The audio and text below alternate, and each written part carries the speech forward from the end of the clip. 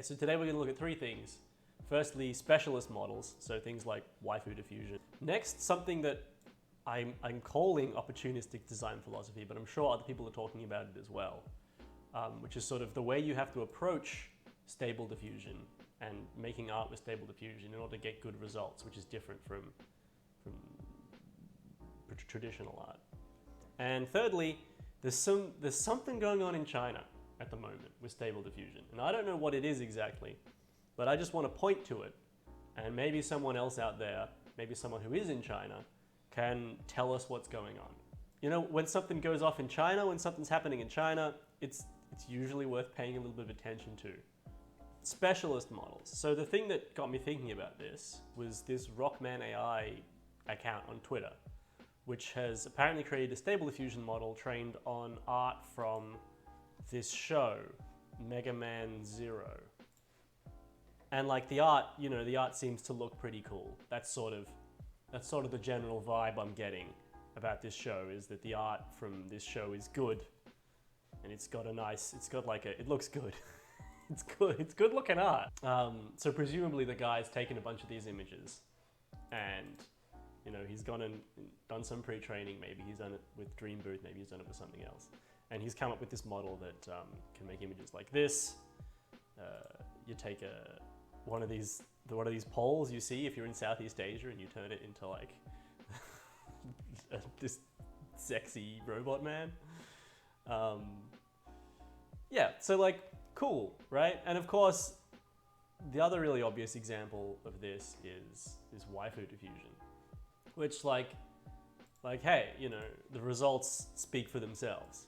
And then there's like Novel AI, which spent probably millions of dollars getting to get results like this, only to have rumors say that it was like an intern who just uploaded the code, but for whatever reason, there was a code leak, and now all of that code is like available online. So often it's just individuals like this Rockman character, but in other cases it's huge companies, like medium-sized companies, spending millions of dollars to create these models that are better than, you know, the big three, DALL-E, Imogen, I guess the big four, Midjourney, Stable Diffusion, in some very specialist task. And this sort of prompts us to imagine a future where like there are thousands of different models doing different things, and you have to pay for certain models to get certain things, blah, blah, blah. But I think this is not a good long-term strategy. So like eventually we're gonna have an almost perfect general image generation model, which, you know, you interact with it in a certain way and it can give you whatever image you like. And at that point, there will be no need for specialist models. And the question you have to ask, if you're someone who's like investing in specialist models, is how long is that gonna take? In my opinion, if you look at how things have been going, and you just look at how fast image generation has improved, you know, between 2016, when we were getting this kind of results, and slowly we can get a bit better, and slowly we're getting a bit better in 2019, in 2020, you know, you can kind of make out what this is. And then if you compare that to what we're getting today, you know, just looking at the crazy leaps in quality we're seeing all the time, and the fact that the teams working on these are like motivated and funded and resourced and all that. Like, I'm thinking 5 years is kind of the time it's gonna take max to get to that point. Like, let's even just look at this. This is a comparison of Midjourney, which is a free thingo, with Imogen's Novel AI, which they spent a lot of money to make. Now, obviously, Novel AI is better. You can see it's more anime-y. But is it really that much better? Is it better to the point where in 6 months it'll still be better?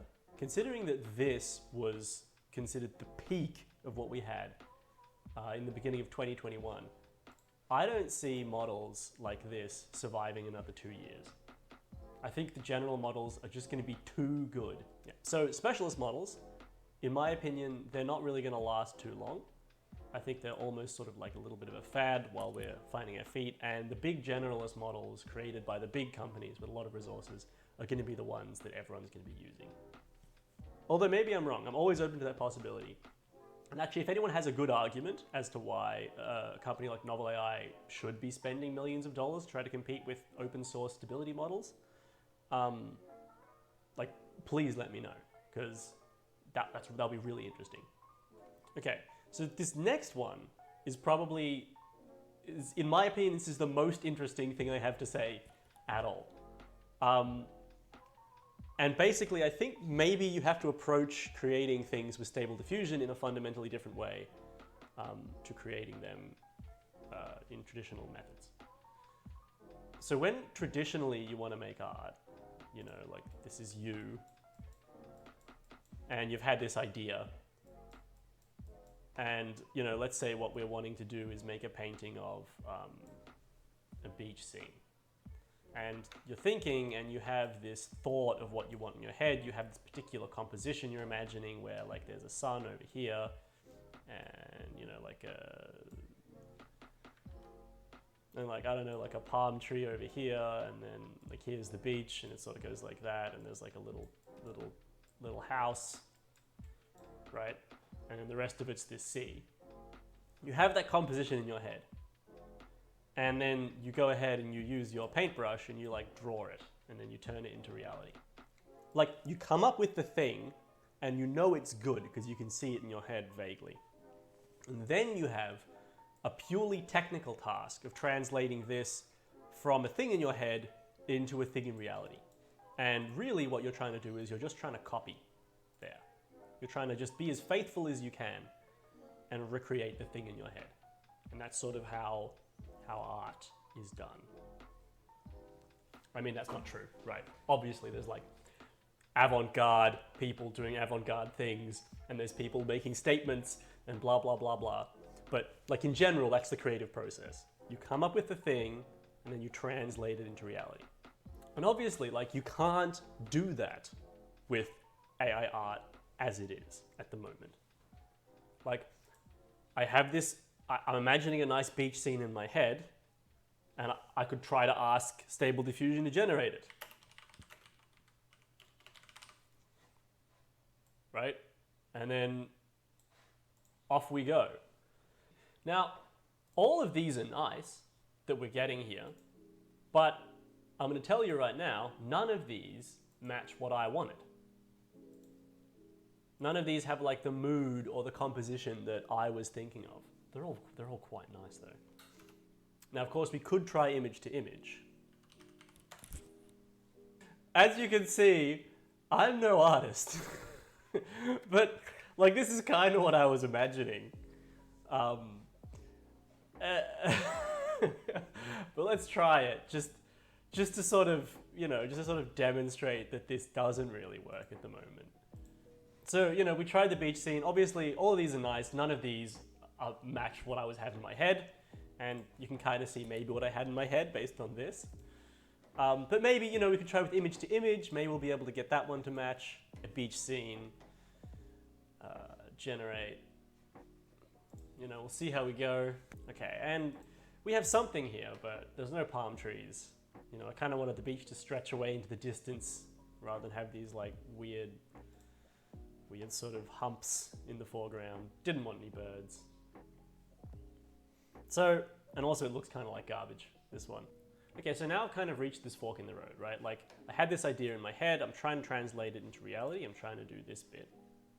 But I'm not having much luck.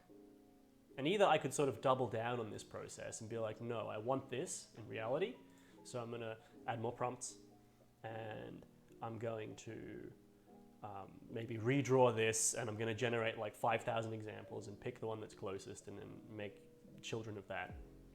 That's one option, and it's certainly doable. It's gonna take a lot of time though. And I may not even get what I want. And then there's sort of this other sort of thing that you can do. Let me show you the best pieces of art that I've made, the ones that I'm like happiest with at the moment. Okay, so here what I wanted to do was make a fun announcement that the channel had reached 1,000 subscribers. And originally I wanted like air horns and like ticker tape. And then for some reason I typed Scream into Lexar. And I found this image and I thought, you know, this image is so much cooler and more evocative than anything I was thinking of. I'm just going to use this image. I think this image does a better job than anything I could have done. And it does. And actually the effect is really cool. Like, you get the idea in your mind of this guy. I have 1,000 subscribers! And I found that really funny. This is better than anything that I could have come up with. This is the next one. So I wanted to make some piece of art about the rockets that were going over Japan recently, where Korea was firing rockets over Japan. And I started with like all these pictures of Kim Jong-un surfing on a rocket, and none of them looked good. And then one of the images just accidentally came up, and it looked a bit like a comic. And that reminded me of Herge, who I always used to read as a kid. And I thought, you know, that'd actually be really cool if there was like a comic depicting the rockets in this kind of a style, and it would almost look like it had been cut out of a newspaper or something. And I thought that could be really cool. So I tried it out, and the effect, I think, was like really nice. Like, it looks like some kind of a comic. Right, and again, so I started out having no idea what I was doing, just something to do with the Korean rockets, and then this is where I ended up. And we can even see this here, like, this is the image that I tried to make, and I tried to make it as close to what I was thinking as possible. It doesn't look so good. Whereas these images here, which sort of have nothing to do with what I was thinking about, or very little to do with what I was thinking about, they all look quite nice in their own right. So I guess the idea is maybe to make good AI art, what we have to do is be a bit opportunistic. We have to sort of let go of this, okay, I have an idea and I'm going to translate it into reality. Maybe instead the thing to do is just like start translating towards God knows what. And each time you see something that looks nice, you try to sort of go a bit closer to that and maybe iterate on that. So, you know, I started off with this idea of a beach scene in my head that looked a bit like this. But now looking at these, you know, actually I think this beach scene, you know, because it's a little bit gloomy and the colors are a bit flat and it looks like the end of like a day, kind of reminds me of like a day where me and my friends have all been out on the beach when I was a kid, and it's sort of getting a bit later and you're kind of all a bit tired, and now it's sort of time to go home, which is really nice. I like that idea. And maybe I'll sort of run with that a little bit. I'll send that to image, a beach scene. You know, I'll add some kind of qualifiers, the elements of this scene that kind of speak to me. And then we can generate. Okay, and now I get a bunch more that are kind of similar, that have a similar composition, right? And arguably, this is quite nice, and arguably, this is quite nice, though again, none of these were what I was expecting. But at the same time, all of them are a lot nicer than anything I could have painted myself. Arguably, probably nicer than anything I could have thought of myself. So maybe like, rather than the creator being this sort of, you know, God figure, this like Prometheus who takes things from the realm of creation and brings them down into the realm of reality, maybe the creative process you should take with AI art is more like that of a journey or a wanderer, where you just start going and you see the direction that you like and you keep going in that direction and you sort of hope that you'll find something nice. And maybe that's how you generate good works of art with artificial intelligence. There's this guy called Kenneth O. Stanley who is involved in some way in creating this website called Pick Breeder, where you take these images and you sort of pick one that interests you, and then you like mutate it, and you get sort of similar ones, then again you pick the one that's most interesting and you keep going. And this is, the idea is eventually you get something interesting, and I think, you know, there are quite a few interesting things. You can kind of see that the things we're getting are kind of a bit more interesting than what we started with. And he gives this talk, like he gives it in a lot of different ways, which I don't necessarily agree with a lot. But his whole premise is that in life, you shouldn't try to plan ahead too much, because it's difficult to plan ahead. It's difficult to see exactly the right path. Instead, you should just focus on the next good move. for you to make. You just look around, see something that looks like a good move, and then make it. And eventually, by making these small steps and sort of not planning too much, you'll end up in a good spot. And he says that pick breeder is sort of a good metaphor for that. And the example he gives is like this skull, which it's kind of cool. It's certainly cooler than anything that we could find in pick breeder, which someone sort of happened across by just generating and then picking the coolest one they could see lots of times, 74 times, and they found the skull. And if we wanted to make something cool, what we shouldn't do is try to make a skull. The thing we should do is just look for the coolest thing and keep going towards cool things, and eventually we'll have something that's actually cool. The thing that I didn't like about the speech is that he didn't give any evidence really for his opinion, other than sort of implying that life was like pick breeder, which I'm not sure that it is.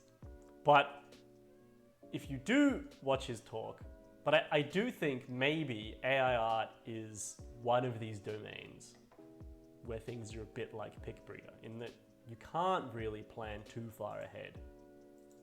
You can't see exactly where you're going to end up, but if you keep going towards things that are nice, you will probably end up with something that's pretty nice, even if it's not the thing that you originally intended. And I guess what I'm sort of trying to think of this as is opportunistic design philosophy, although I'm sure there's better names for it. If you know of anyone who's already talking about this, please link me, because I think it's really interesting. And the idea that we might have to change the way that we make art is also really interesting. Okay, the next thing is a lot less philosophical, a lot more concrete, so you're going to enjoy this. Let's have a look at the Google search trends for Stable Diffusion. Someone from the Discord actually brought this up, so like, you know, whoever that was, it was either Ceaseless Vibing or Peeper. I think it was Ceaseless Vibing. Thank you very much for bringing this to my attention, because this is really interesting. You can see that not much interest at all for ages, and then in August it took off and then sort of peaked in September the 4th. And apparently the Tasmanians are like the most interested. So let's just try like the worldwide version of this. And you can see like over time, blah, blah, blah, you know, there's peaks here at the 4th of September, 2nd of October. But if you kind of look at this map, you'll see something interesting, which is that the interest everywhere in the world is kind of low in comparison to China. For some reason, apparently, Stable Diffusion is popping the hell off in China right now. If you look at interest over time, they kind of started getting interested about the 3rd of September, so about a month after the rest of the world. And there was this huge spike on the 2nd of October. And it looks like, again, the places are like, I guess, around the coast. I assume these are like the more like outward-facing, technologically advanced places in China, I'm assuming. Although I don't really know anything about Chinese geography. So if anyone knows what the hell's going on here, please tell me. Because like, why? Is it like maybe if people have Stable Diffusion installed locally, they can create all the nice they want without getting like, you know, social credit points deducted? Is it something like that? Because I mean, that's the only theory that I have at the moment. I wish I spoke Chinese, because then I could just go onto Chinese Reddit and be like, what's going on? But I can't. So if anyone knows, for the love of God, tell me what this is about. Okay, bit of a different one today. Hopefully that was interesting to some people. If you want to get in touch, YouTube comments, Discord, that all works. And yeah, this thing in particular, the opportunistic design thing, I think that there's definitely something there. And I would love to talk more about that idea with anyone. And especially if there's someone who like has already written a paper or something on it. That would be really cool.